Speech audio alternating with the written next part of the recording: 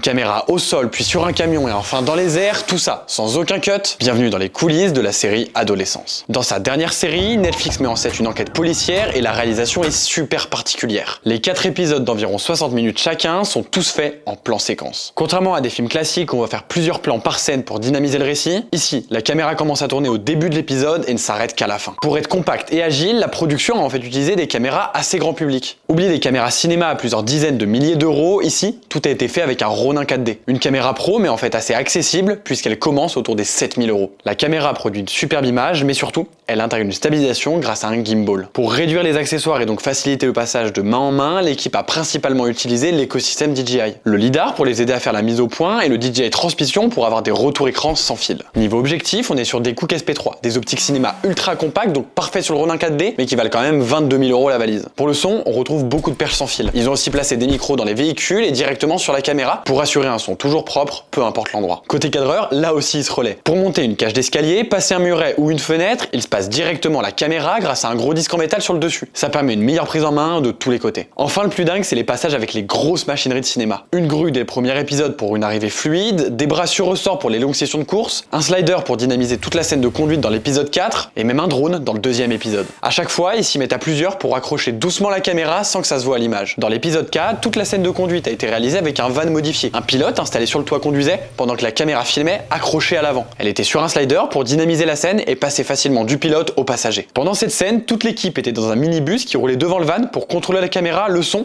mais aussi le fameux slider à distance. Dès l'épisode 2, ils ont utilisé un drone pour accélérer le récit et passer de l'école à la scène de crime. Là aussi, ils ont accroché la caméra au drone, fait le plan, décroché la caméra et tout ça sans jamais arrêter de filmer. Comme pour The Creator dont j'avais déjà parlé, c'est vraiment intéressant de voir ce genre de caméra compacte et grand public arriver dans des grosses productions pour leur facilité d'utilisation.